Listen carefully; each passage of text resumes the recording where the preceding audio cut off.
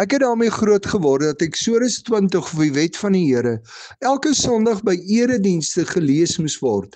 Dit was vir my skokkend toe 'n pa eendag vir my sê dat hy vir sy kinders leer om elke dag die wet na te kom. Dan weet hy al saak met God is reg. Hierdie pa het gedink dat jy gered word deur te doen wat die wet sê.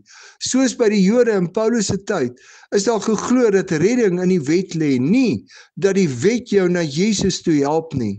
Om veral die Jode met hierdie waarheid te help, praat hy dan in Romeine 4 vers 1 tot 5 van Abraham, die vader van die Joodse volk.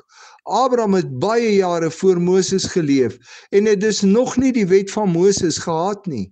Tog hoor ons uit Genesis 15 vers 6 dat Abraham in God geglo het en die Here het hom vrygespreek. Abraham, die vader van gelowiges, is dus alreeds gered op grond van sy geloof, nie deur die nakoming van die wet nie. Ons hoor dan dat hulle wat nie op dit wat hulle doen vertrou nie, maar in geloof op Jesus vertrou 'n loon ontvang. As ons glo in dit wat Jesus Christus vir ons aan die kruis gedoen het, ontvang ons verlossing asof ons self hierdie offer aan die kruis gebring het en self so vir ons sonde betaal het.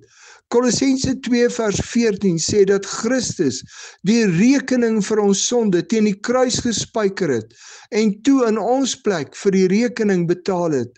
As ons in geloof daarin vashou, ontvang ons verlossing van sonde asof ons self vir ons skuld betaal het.